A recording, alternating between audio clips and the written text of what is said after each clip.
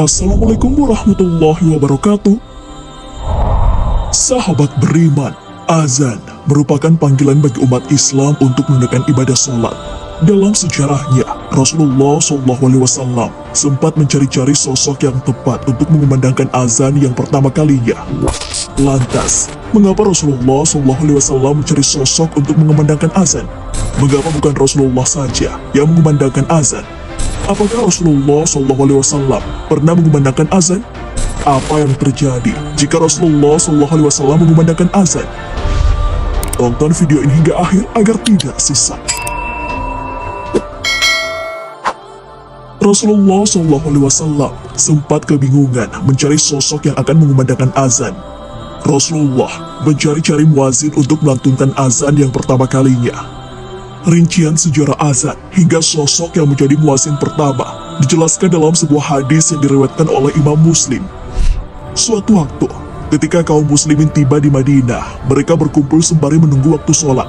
Namun, tidak seorang pun di antara mereka yang bisa memberitahukan bahwa waktu sholat telah masuk. Sehingga pada suatu hari, mereka bermusyawarah untuk membahas persoalan tersebut. Sebagian sahabat mengusulkan agar menggunakan lonceng sebagaimana digunakan oleh orang-orang Nasrani.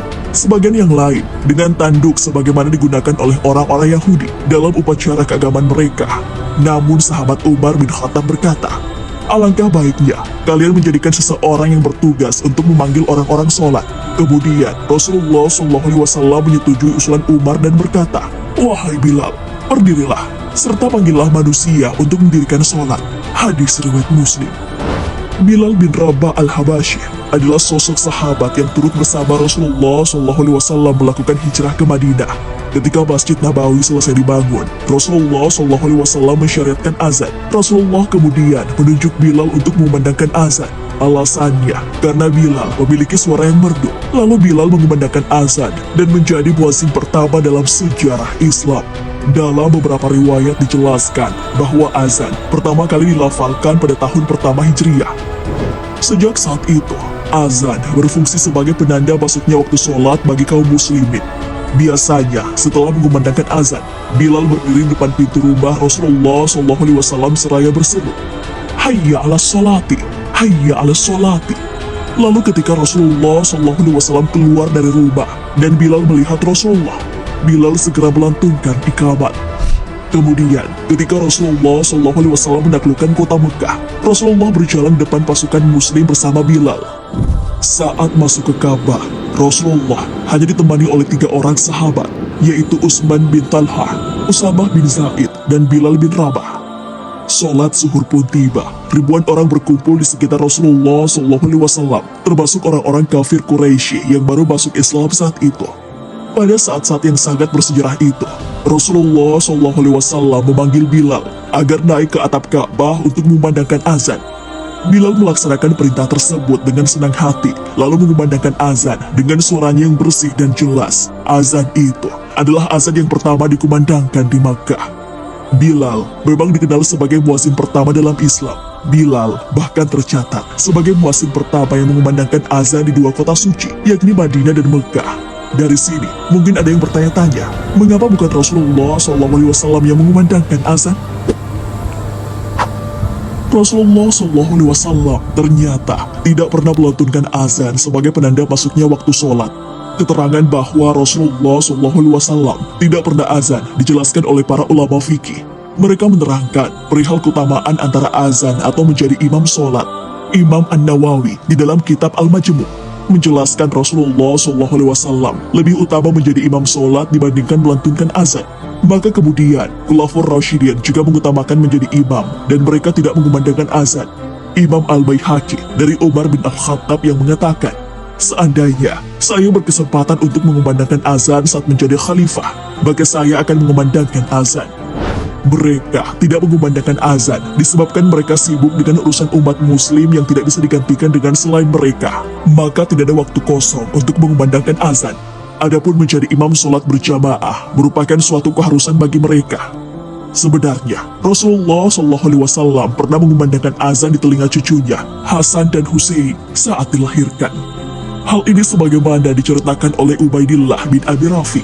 Dari bapaknya ia berkata, Saya melihat Rasulullah SAW mengazani telinganya Hasan bin Ali ketika dilahirkan oleh Fatimah, sama seperti azan untuk sholat.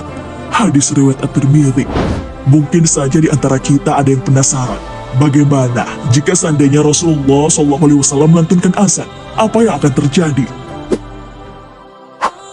Sudah dijelaskan bahwa Rasulullah SAW sama sekali tidak pernah melantunkan azan.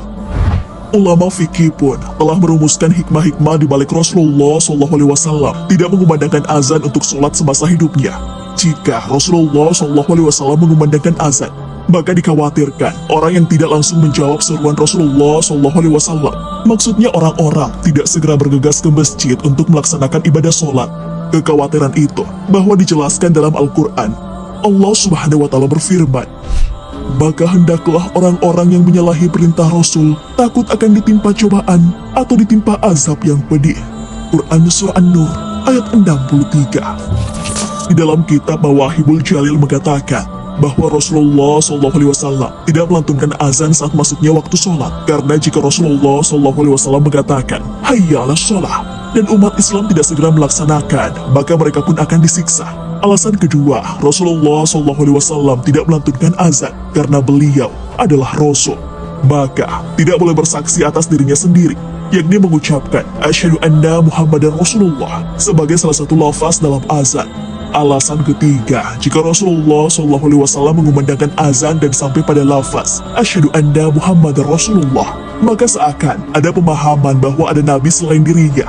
Lafaz azan yang tahu pertama kalinya adalah dalam mimpi sahabat Rasulullah SAW, yakni Abdullah bin Sa'id, bukan dalam mimpi Rasulullah SAW. Maka dari itu, Rasulullah SAW mewakilkan kepada selain darinya untuk mengumandangkan azan. Dalam sebuah riwayat juga dijelaskan bahwa pada saat Abdullah bin Sa'id menceritakan mimpinya mengenai lafal-lafal azan itu kepada Rasulullah SAW, sahabat Umar bin Khattab pun mengakui hal yang sama. Beliau juga telah bermimpi dengan mimpi yang serupa dengan Abdullah bin Sa'id. Setelah itu, Rasulullah SAW berseru sembari memuji Allah Subhanahu wa Ta'ala sebagai bentuk kegembiraan beliau dengan berita tersebut.